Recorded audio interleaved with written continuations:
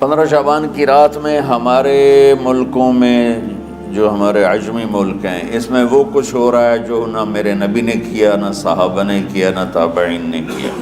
عجیب و غریب عبادات گھڑ لی ہیں، عجیب و غریب اس کے اعمال بنا لیے ہیں اپنی طرف سے، اور مسجدیں بھری ہوتی ہیں اور روشنیاں لگی ہوتی ہیں اور وہ آتش بازی ہو رہی ہوتی ہے۔ میرے نبی نے اس رات کی فضیلت بتائی، عمل کوئی نہیں بتایا۔ جیسے یہاں کوئی صلاۃ تسبیح کی جماعت کرا رہے ہوتے ہیں، کوئی اجتماعی تہجد پڑھ رہے ہوتے ہیں، کوئی دیگیں چڑھا رہے ہوتے ہیں، کوئی آتش بازی کر رہے ہوتے ہیں، تو وہ اس میں اتنا غلو ہو گیا ہے کہ یہ بھی ٹھیک نہیں۔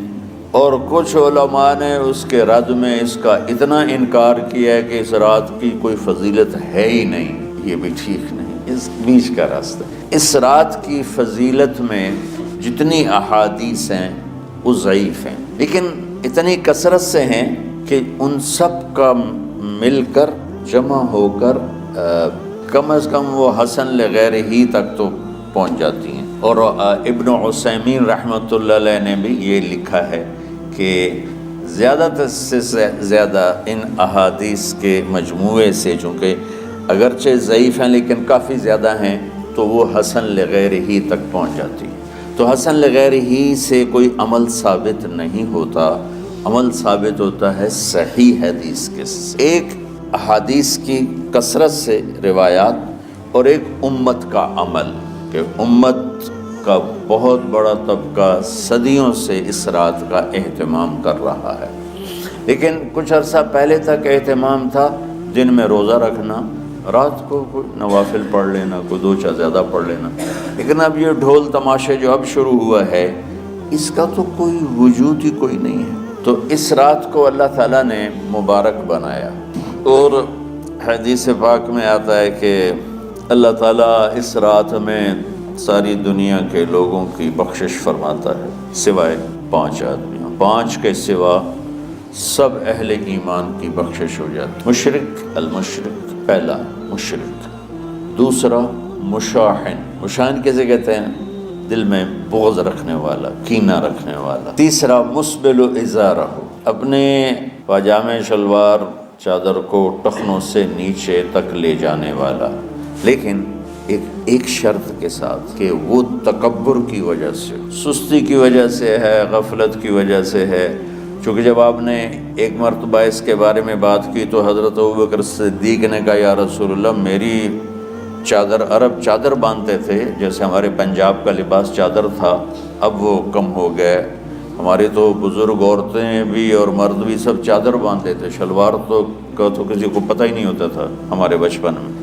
یہ تو پھر آہستہ آہستہ جب تعلیم آئی تو شلوار دیہاتوں میں بھی اور شہروں میں عام ہو گئی۔ تو اگر وہ اس لیے لٹکا رہا ہے کہ طبیعت میں تکبر ہے، پھر اس وعید کا وہ حقدار ہے۔ اگر ویسے اس کی نیچے جا رہی ہے تو میرا مالک ایسا، وہ تو ہے ہی رحیم و کریم، ہے ہی رحیم و کریم، ہے ہی رحیم و کریم، صرف شلوار نیچے لٹکانے سے وہ اتنی شدید سزا دے۔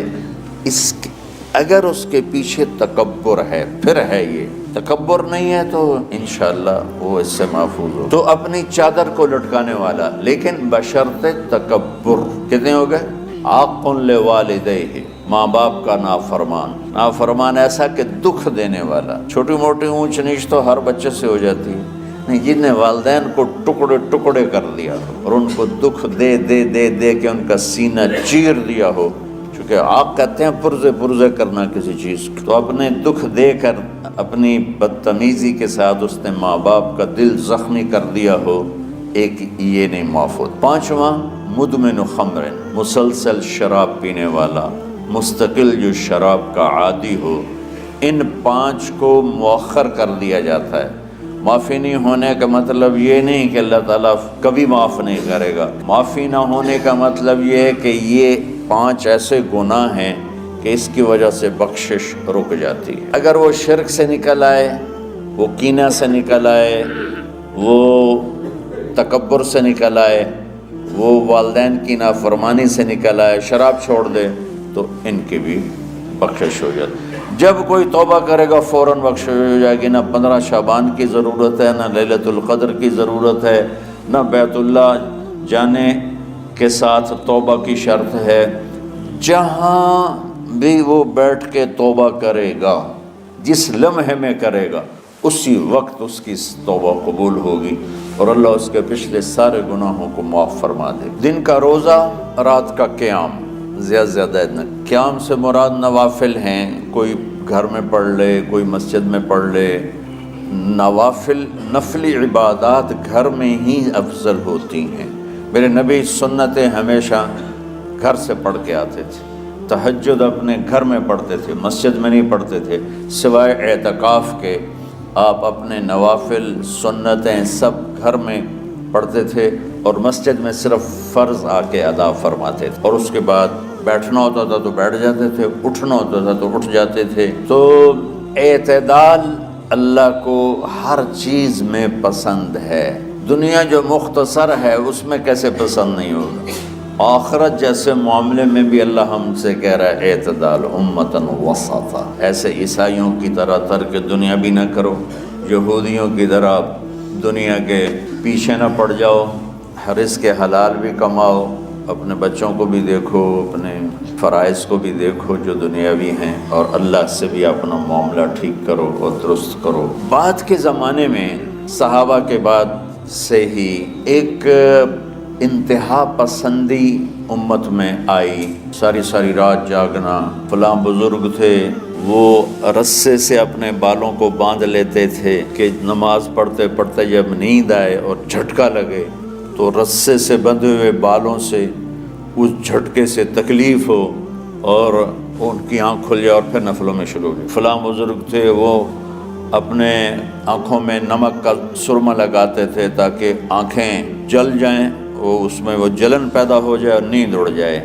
یہ ایسے واقعات بھرے پڑے ہیں۔ فلاں بزرگ تھے، انہوں نے 30 سال عشاء کے وضو سے فجر کی نماز ادا کی۔ یہ اپنی جگہ پہ بزرگی ہے، لیکن یہ بھائیو یہ دین ہم پیش نہیں کر سکتے۔ فلاں بزرگ تھے، وہ 30 سال سے ستو کھا رہے تھے کہ روٹی کھانے اور ستو کھانے میں 70 دفعہ سبحان اللہ کا فرق پڑ جاتا ہے، تو روٹی کھائیں تو 70 دفعہ سبحان اللہ کم کہہ سکتے ہیں، اور ستو کھائیں تو 70 دفعہ سبحان اللہ زیادہ کہہ سکتے ہیں۔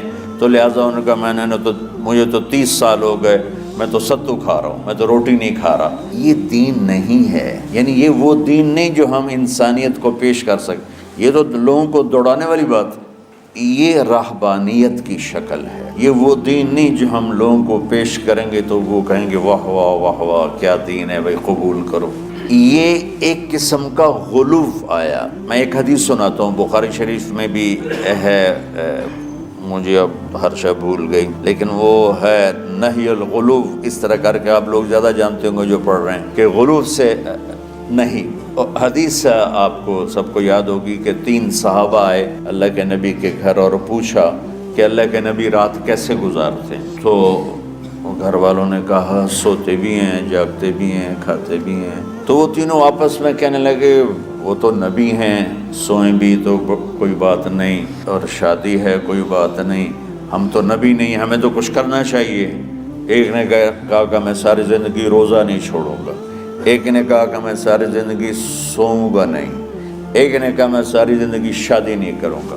تو دیکھنے میں تو واہ واہ کیا بڑی بزرگی ہے بھائی، بڑے بزرگ ہیں۔ ہمارے نبی کو پتہ چلا، آپ نے تینوں کو بلا لیا، کہ تم مجھ سے زیادہ اللہ سے ڈرنے والے ہو، میں تم سے انا اتقاکم یا اخشاکم، الفاظ آپ لوگ کو زیادہ یاد ہوں گے لیکن مفہوم میں صحیح پیش کر رہا ہوں۔ آپ نے کہا میں تم سے زیادہ اللہ کو جانتا ہوں، تم سے زیادہ اللہ سے ڈرتا ہوں، میں سوتا بھی ہوں، میں کھاتا بھی، میں روزے بھی رکھتا ہوں، میں چھوڑ بھی دیتا ہوں، میری بیویاں بھی ہیں، میں اپنی بیویوں کے پاس بھی جاتا ہوں۔ تم دین میں غلو سے بچو، پہلے امتوں کو ہلاک کر دیا دین میں غلو۔ دنیا میں غلو یعنی انتہا پسندی، ایکسٹریمسٹ ہونا، دنیا ہو یا دین ہو، دونوں میں اعتدال بچو، اللہ تعالیٰ کو پسند ہے۔